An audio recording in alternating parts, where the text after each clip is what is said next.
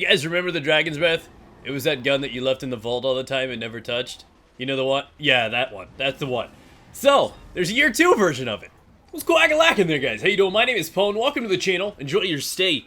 So, the year 2 version, I had a prediction a couple weeks back that they had to revisit this. It was an extremely forgettable weapon. It was never used. So I'm like, so if they're going to bring a year 2 version, they're going to have to change it. Otherwise, it's just going to be exactly where it was the previous year.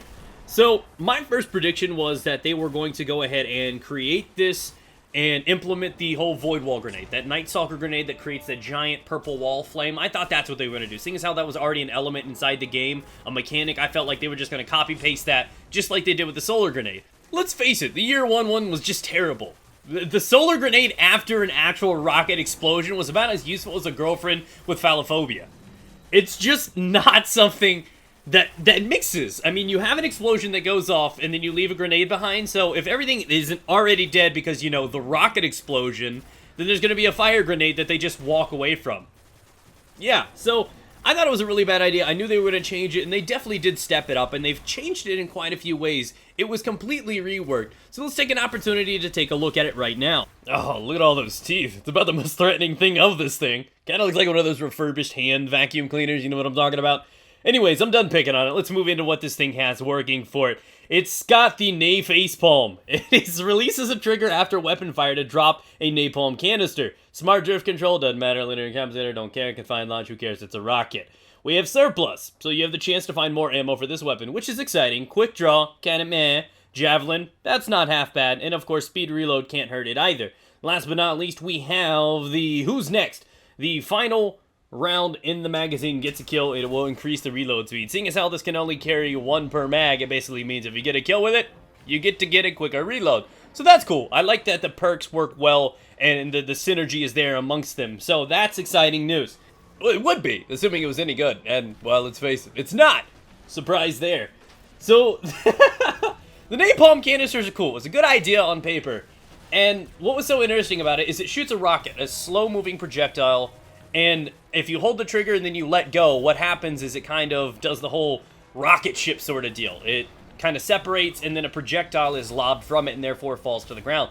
So basically what we have is a rocket launcher that transforms into a grenade that when it hits the ground it creates fire. So that's kind of what it evolves into, and because of that, it's so hard to pat. So when you are shooting and you know you want it to fall to the ground, you gotta let go of that early because it will slowly descend to the ground. So it's a very hard thing to track and get used to. And because of that, it makes it extremely just unusable inside of PvP. It's so hard to track where it's gonna go. And honestly, if you're gonna be using a heavy in PvP, girl, the truth is all you need. So the final verdict, it's cool and all because you can create fire with it. It's a rocket that turns into a grenade that turns into a pile of fire. So the draw's there. It's flashy and people are going to like it. The pyro is real. But it's not going to outfunction the rest of the opportunities out there. You have the great equipment in the truth for PvP. Enough said. You have the sleeper simulant for direct target damage or the sword for taking out multiple enemies. And you're going to get more bang for your buck with the sword.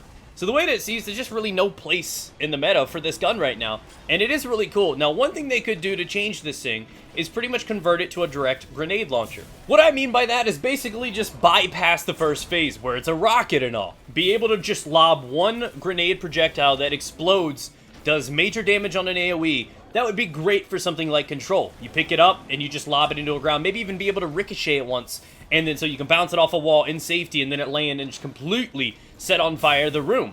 So it could have value in that. I could see that being usable, especially in objective game types.